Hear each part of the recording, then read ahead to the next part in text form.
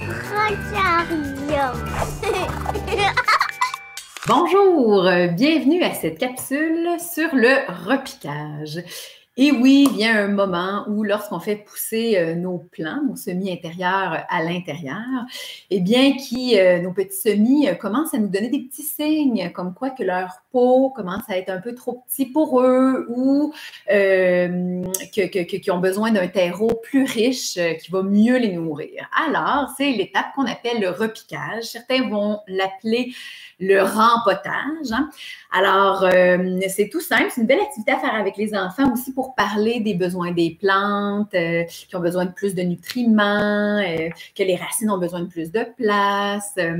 Alors, pour ce faire, vous allez avoir besoin, évidemment, des plants hein, que vous voulez repiquer. Moi, ici, j'ai un exemple de plants. Ils sont deux dans le même pot. Je vais devoir les repiquer dans deux pots plus grands. Ça peut être un pot de ce format-là ici qu'on voit, hein, à peu près là, la dimension. Si des fois on se questionne quelle grandeur de plat je dois prendre pour repiquer. Si par exemple ici j'ai un plant plus petit, il y a de l'espace encore dans le plat, mais au niveau des racines, là on le voit, c'est pas très épais. Alors je peux prendre encore une fois une fameuse boîte de lait, c'est plus profond, un pot de yogourt. L'idée c'est de donner plus de place pour les racines. Alors vous allez avoir besoin aussi d'eau, évidemment, hein, pour bien arroser vos plants. Il faut vraiment là inonder le pot, que ce soit très, très humide, que la motte de racine soit très, très humide avant de repiquer dans un pot plus grand, donc bien arrosé. Vous allez avoir besoin de terreau, évidemment.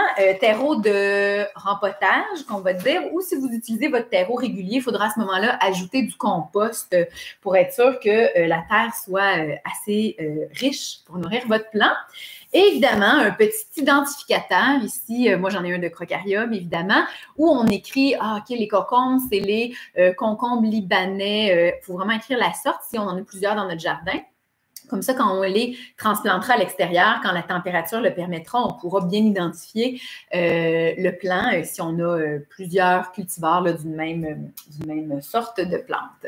Alors, en résumé, pour que vous vous souveniez, là, ça ne rentrera pas tout dans mon écran, je crois, mais on a dit de l'eau, la petite plante à repiquer, des pots plus grands et du terreau.